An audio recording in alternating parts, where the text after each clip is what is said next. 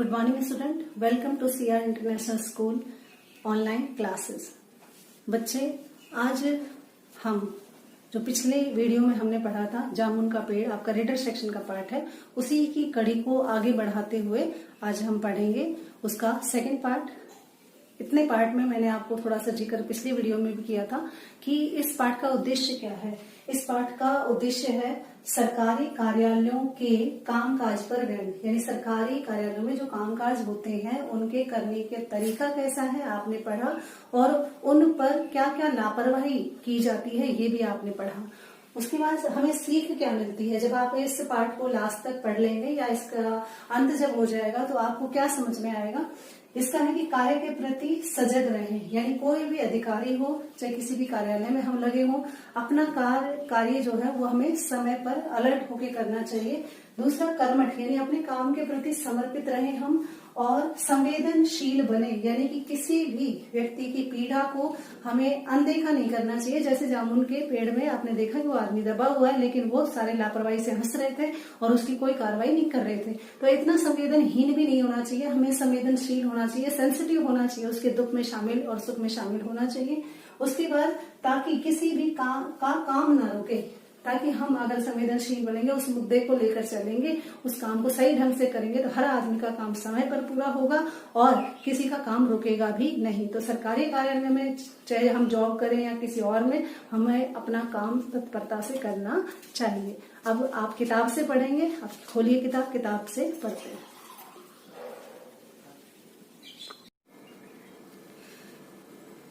आश्चर्य है कि सेक्रेटरी जोर से चीखा, इतना बड़ा कवि, ओस के फूल का लेखक और हमारी अकादमी का मेंबर नहीं है।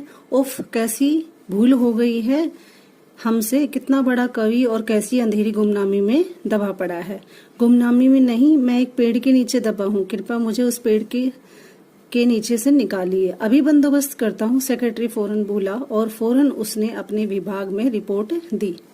दूसरे दिन सेक्रेटरी विभाग भागा भागा कवि के पास आया और बोला, मुबारक हो, मिठाई खिलाओ, हमारी सरकारी साहित्य अकादमी ने तुम्हें अपनी केंद्रीय शाखा का मेंबर चुन लिया है, ये लो चुनाव पत्र। और उसे चुनाव पत्र यानी सर्टिफिकेट दिखाते हुए कहा, मगर मुझे इस पेड़ के नीचे से तो निकालो। दबे हुए आदमी ने करहाकर अर्थात दुख प्रकट करते हुए कहा। उसकी सांस बड़ी मुश्किल से चल रही थी और उसकी आंखों से मालूम होता था कि वह घोर पीड़ा और दुख में पड़ा है। यदि हम नहीं कर सकते, सेक्रेटरी ने कहा। यह हम नहीं कर सकते, सेक्रेटरी ने कहा, और जो हम कर सकते थे वह हमने कर दिया। बल्कि हम तो यहाँ तक कर सकते हैं कि अगर तुम मर जाओ तो तुम्हारी बीबी को वजीफा दे सकते हैं। अगर तुम दरखास्त दो तो हम वह भी कर सकते हैं।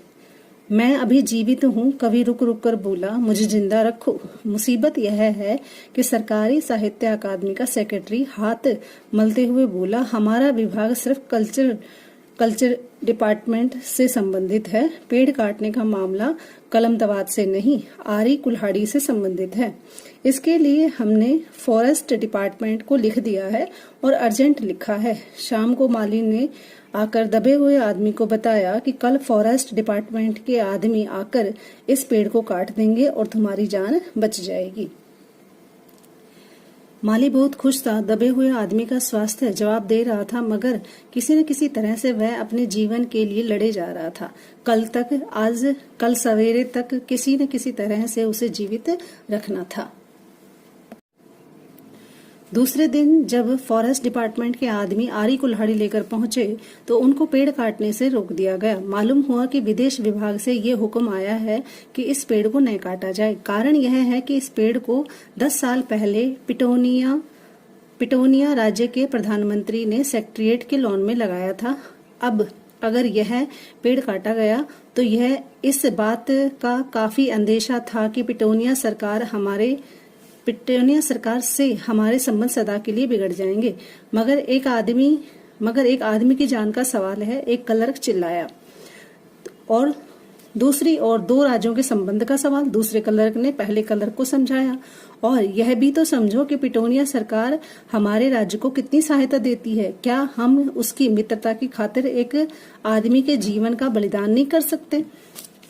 कवि को मर जाना चाहिए।